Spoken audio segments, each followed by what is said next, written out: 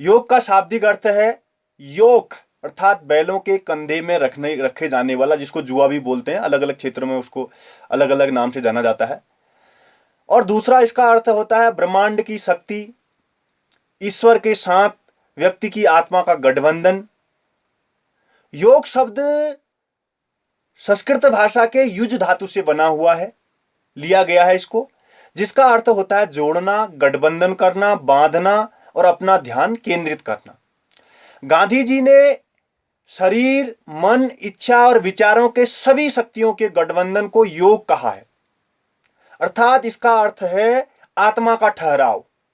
भगवत गीता में कर्म योग पर, काम द्वारा योग पर महत्व दिया गया है। और भगवत गीता में श्री कृष्ण भगवान अर्जुन से योग का अर्थ बताते हुए कहते हैं कि यह दुख और सुख से परे की स्थिति है।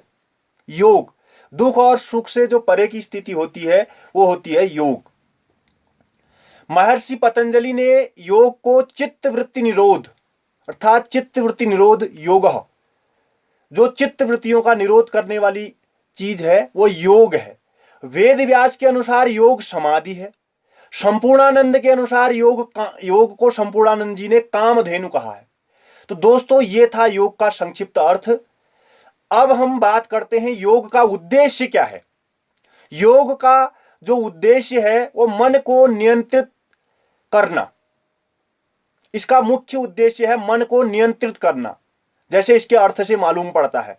दोस्तों दूसरी बात है विवेक व बुद्धि की क्षमता का विकास करना, व्यक्ति के अंदर विवेक जागृत करना और बुद्धि की क्षमता का विकास करना, मन का शुद्धिकरण करना, आध्यात्मिक भावना का विकास करना, आध्यात्म जगाना मनुष्य के अंदर, शरीर को संतुलित विकास का उद्देश्य, इसका उद्देश्य यह भी है कि यह शरीर का संतुलित विकास करता है। दूसरी बात दोस्तों,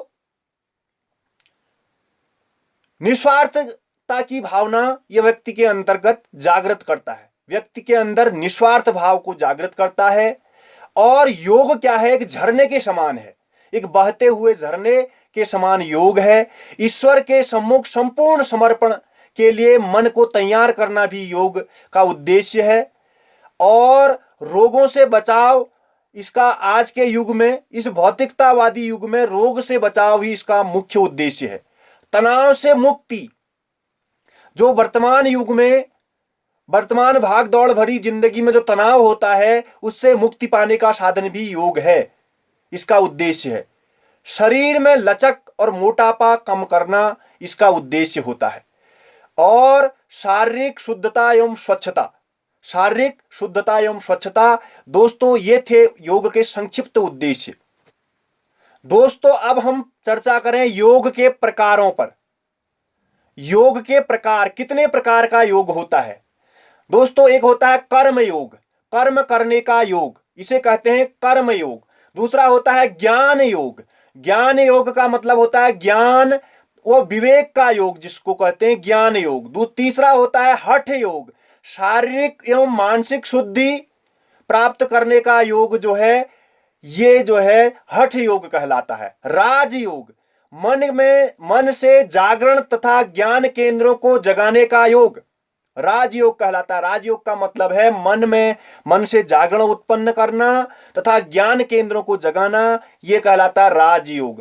मंत्र योग, क्षण कंपन का प्रयोग करते हुए मन को स्वतंत्र करने का योग जो है यह है मंत्र योग। लय योग, व्यक्ति को जानते हुए विलय करने का योग जो है यह क्या है, यह योग है लय योग। अब होता है भक्ति योग, भक्ति योग जो है वो है सघन भक्ति करने का योग, ये जो है भक्ति योग है। कर्म योग, जैसे कर्म योग में कर्म इंद्रियों द्वारा किया गया कार्य जो है कर्म योग कहलाता है। ये थे योग के प्रकार। दोस्तों देखो योग जो है विभिन्न प्रकारों का होता है। अब दोस्तों हम चर्चा करते हैं योग के महत्व के बारे में। महर्षि पतंजलि ने द्वारा प्रतिपादित जो अष्टांग योग है उसमें योग के महत्व को इस प्रकार वर्णित किया है, जैसे अच्छी सेहत एवं दीर्घायु हेतु भीतरी अंगों का विकास